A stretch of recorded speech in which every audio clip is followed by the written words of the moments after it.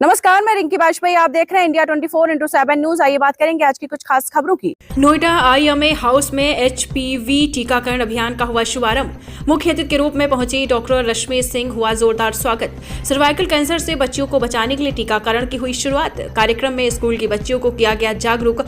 आकांक्षा समिति के तत्वाधान में हुआ टीकाकरण। डीएम मनीष कुमार वर्मा ने कार्यक्रम में पहुंचे लोगों और बच्चियों को किया संबोधित। खतरनाक बीमारी से बचाने के लिए सैकड़ों बच्चियों को लगाए गए टीके। जिला हॉस्पिटल के सीएमओ डॉक्टर नरेंद्र सिंह और सीएमएस मौके पर रही मौजूद। नोएडा के सेक्टर 31 आईएमए हाउस में आकांक्षा समिति के तत्वाधान एचपीवी टीकाकरण अभियान का हुआ शुभारंभ। लगनी है, ये आपको समझ में आ गया।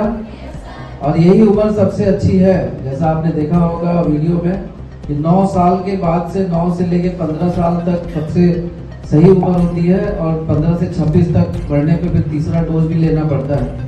तो इसीलिए हमने आपको और आपके जो अभिभावक हैं उन सभी लोगों से हमारे लोगों ने संपर्क किया, इसके बारे में बताया और आपकी सहमति ली कि ये वैक्सीन, क्योंकि पूरी तरह से सुरक्षित है ये वैक्सीन। हम सभी लोग, हमारी पत्नी ने भी लगवाया, हमारे बच्चे छोटे हैं, अभी तो 9 साल के नहीं हुए। बड़ी वाली बेटी है, ये भी 8 साल की है। इसको हम इसीलिए लेके आए कि जब ये 9 साल की हो जाएगी ना तो भी इसको ऐसे ही वैक्सीन लगवाएंगे हम। ये पूरी तरह से सुरक्षित है, ये वैक्सीन पूरी तरह से सुरक्षित है। ये विश्वास दिलाने के लिए हम लोग यहाँ पे आए हैं और आज आप लोग के माध्यम से हम ये शुरुआत कर रहे हैं।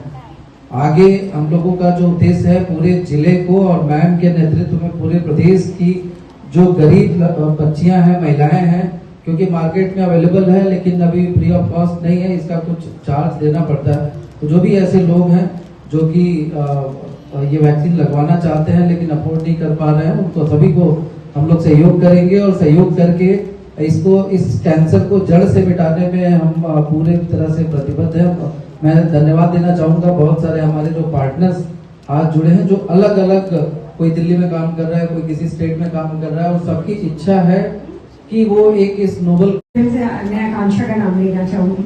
तो उसमें जो यहाँ का आकांक्षा गौतम बुद्ध नगर को जो बागडोर संभाल रही है, अंततः आप और जो डिस्ट्रिक्ट मैजिस्ट्रेट हैं, जो कि एक एक्स ऑफिशियल रोल होता है उनकी धर्मपत्नी का किसी भी जगह में, आकांक्षा समिति में जो डीएम की पत्नी होती है एक एक्स ऑफिशियल रोल में रहती हैं अध्यक्ष के रूप में। जैसे कि स्टेट में जो स्टेट के जो मुख्य सचिव होते हैं, तो उसमें एक एक्स ऑफिशियल रोल के रूप में मैं यहाँ पे आई हूँ। तो यहाँ जो डीएम ने जिनकी इतनी अच्छी बातें अभी आप लोगों ने, बच्चों ने सुनी, और उनके साथ जो यहाँ सहयोगी जो इस प्लेटफॉर्म पे मौजूद हैं, जिसमें कि मैं विभिन्न सेक्टर्स को देख रही हूँ। आपने कुछ हॉस्पिटल का नाम सुना, आपने इंडस्ट्री का नाम सुना, हमारे कुछ समाज सेवी संस्था भी हैं, एक्सपर्ट्स हैं, और जो बाकी पार्टनर्स जो सहयोगी हैं यहाँ पे, सबको मैं बहुत बहुत बधाई देना चाहूँगी। और बधाई इसलिए कि आप लोगों ने एक इस तरह के सेक्टर में एक पहल की है जो कि बहुत कॉमन नहीं है, और उसके बारे में बहुत जानकारी, बहुत जागरूकता है नहीं। क्योंकि जहाँ पर हम तरह तरह के आविष्कार करते रहते हैं, इनोवेशन करते रहते हैं, जरूरत के हिसाब से। कोविड के समय आपने देखा कि किस तरह से लोगों ने वैक्सीन को एक्सेप्ट किया, और वह भी ऐसा वैक्सीन जो कि इंडिया में ही बना हुआ था।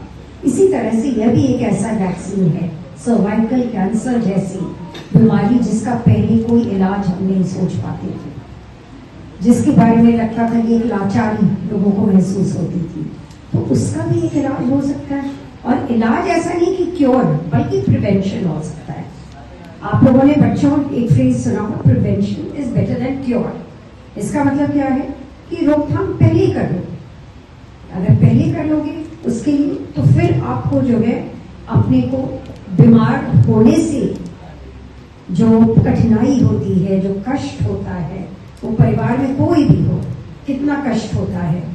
मृत्यु तो बाद में आती है, लेकिन शारीरिक कष्ट जो होता है पूरे परिवार के ऊपर, इस तरह की जब बीमारी आती है, कैंसर जैसी जब बीमारी आती है, तो वो परिवार हिल जाता है। और महिलाओं को तो उसका कहीं ज्यादा प्रकोप और भी ये हो जाता है, क्योंकि कहीं ना कहीं महिलाओं में यह भी शक्ति होती है कि वो जब अपने को स्वस्थ रखती हैं तो पूरे परिवार का माहौल तो और भी अच्छा स्वस्थ हो जाता है। तो जब महिलाएं खुद अपने को स्वस्थ नहीं रख पाती हैं तो सोचो क्या होगा उस परिवार का माहौल।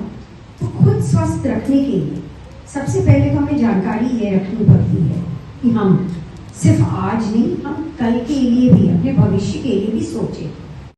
फिलहाल आज की खबर में बस इतना ही। कुछ ऐसे खबरों को जानने के लिए जुड़े रहिए हमारे चैनल इंडिया 24x7 न्यूज के साथ। हमारे चैनल को लाइक शेयर सब्सक्राइब करना ना भूलें।